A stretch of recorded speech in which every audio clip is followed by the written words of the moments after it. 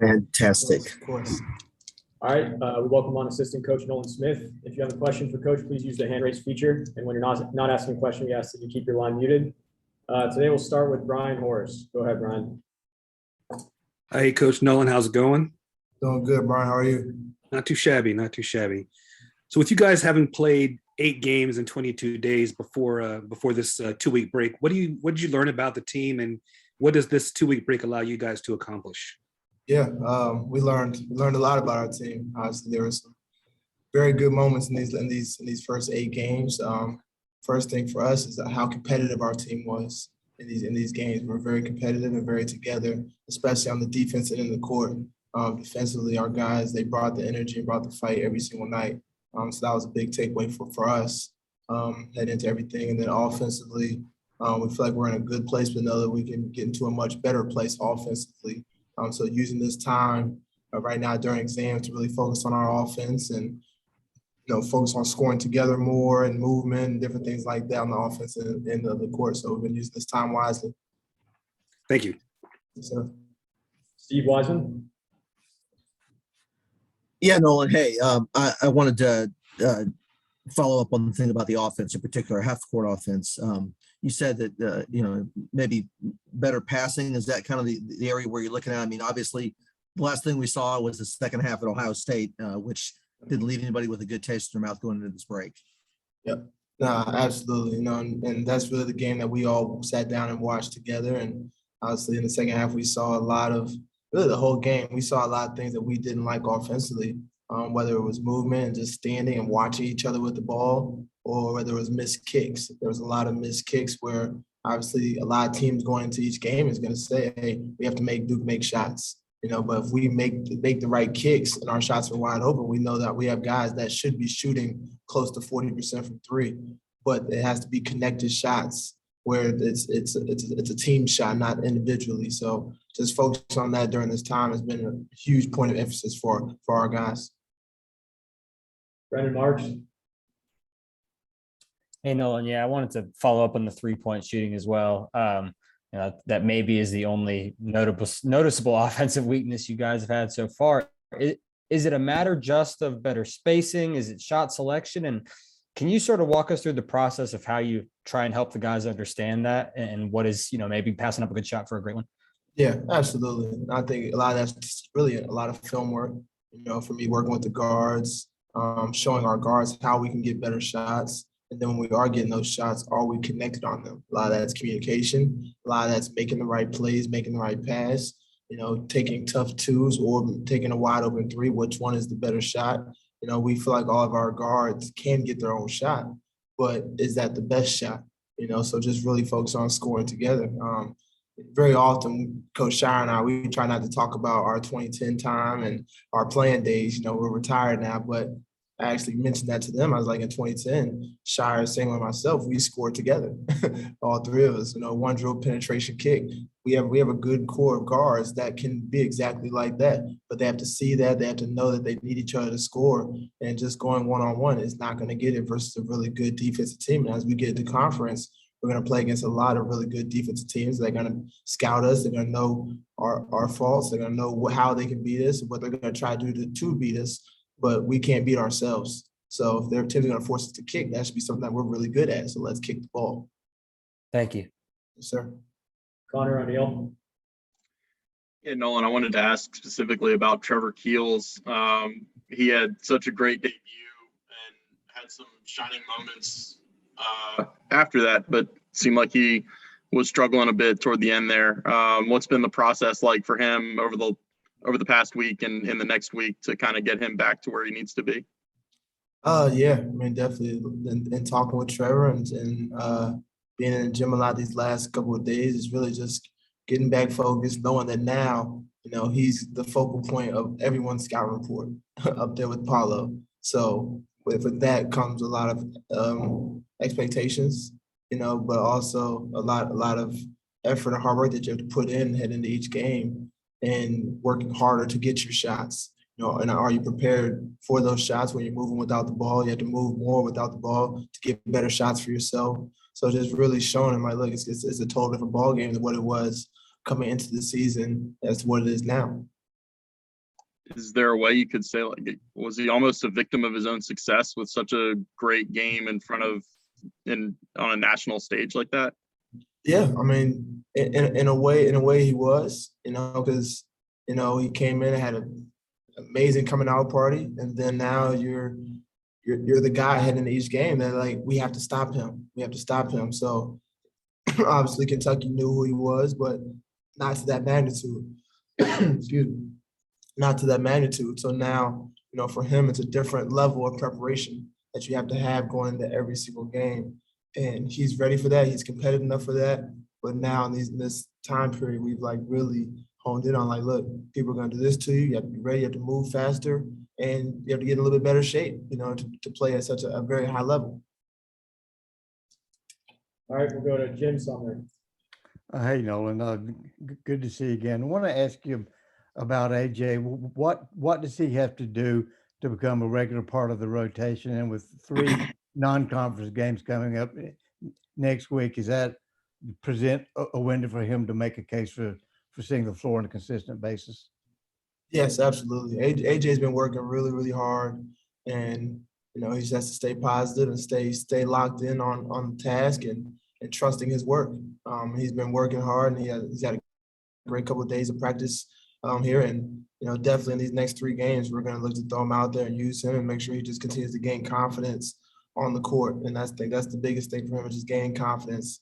We saw it at the end of that one game where he went off and made some big time shots, big time plays, but just some extended minutes are going to be really huge for him to solidify himself in our rotation. Right now, Duke has a 7-player rotation. If he gets in the rotation, does he take minutes from somebody else, or does it become an 8-player rotation? I think we would all love for it to become an 8-man rotation, but definitely to limit some minutes of certain guys and get some guys some rest and not have guys playing, over 35 minutes. There's definitely minutes out there that we would like to, share around. We know we have a very strong 8, but we have some guys 9, 10 that can also be there as well that are working hard during this time. But if AJ comes along, we definitely know that we're waiting on him and need him, to produce. Yeah, thanks. Jonathan Lebanon. Hey, Coach. To go back to something you were talking about a little bit earlier, you guys have 3 more non-conference games before you reach the ACC play. You've seen a lot of good things so far. What exactly do you need to see improve or change to get you ready to face that sort of consistently high-level opponent? Yeah, I think for us, the consistency on the offensive end and just being connected offensively.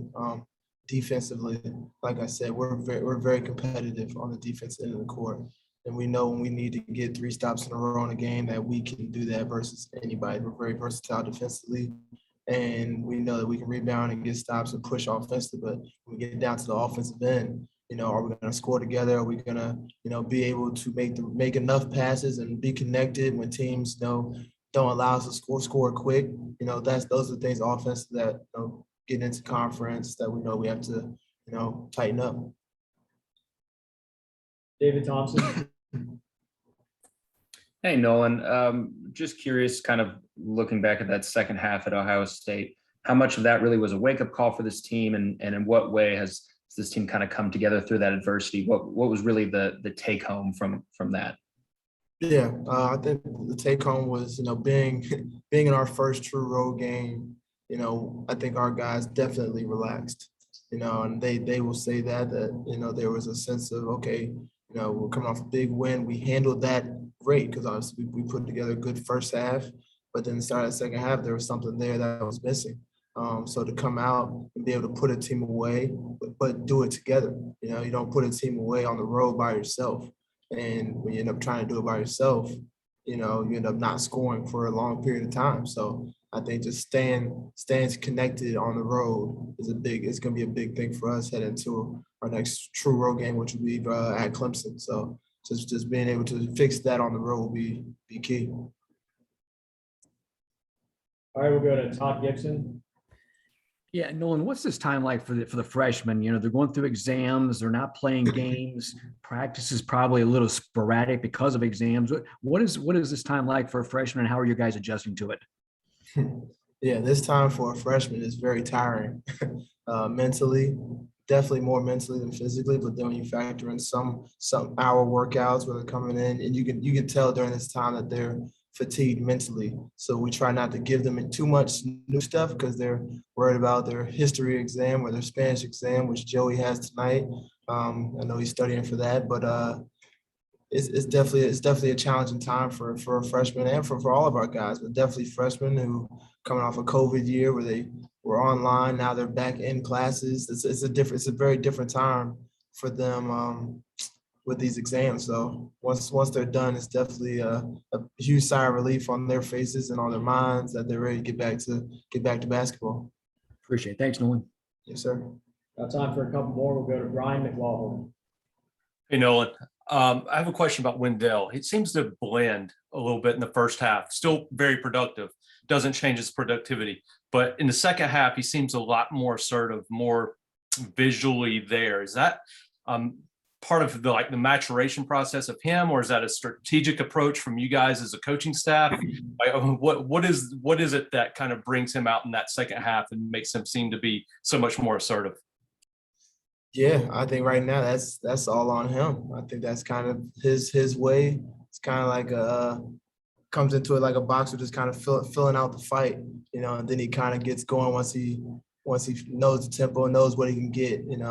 So I'd like to think that maybe that's him being strategically very smart and just taking his time. But we'd also love to see him throw himself into the fight with haymakers and let's go. So I'll talk to him about that. 'Cause I definitely would love to see him just go off for 20 in the first half and then finish him off in the second half too.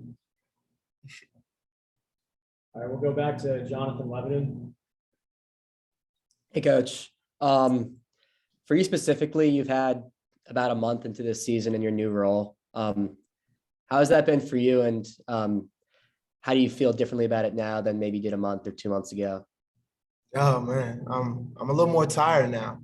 I can definitely say that. You start adding in scouts, but before the scouts, I'm changing some diapers at home with my two kids. Then I'm staying up late doing scouts. Then my baby girl's waking me up at 5 a.m. or 6 a.m., getting them ready for daycare. Then I'm coming in doing more scouts. So it's definitely a different role, but I'm loving it. I'm loving the involvement I get to have now on every game. So it's been a very fun time, and of course being on the court, working with the guys and working with the guards specifically, it's been great times. So obviously, I need to do a better job of getting them to make kicks. So that's my focus right now.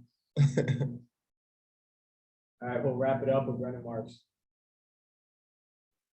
Hey, Nolan. Yeah, I had another Wendell question. It just seems like he is such a more confident player this season, especially compared to the last 2 years. And he's sort of following the Nolan Smith growth trajectory for his career at this point. Can you sort of speak to what you attribute that gain in confidence from, and maybe some insight from conversations you've had with him that sort of speak to that growth he's made? Yeah, I think it just comes with the natural just growth in this game and basketball that sometimes just comes with time. It just comes with time. I think he made the choice this summer to stay here and work with Coach Will and focus on his body and become a better athlete.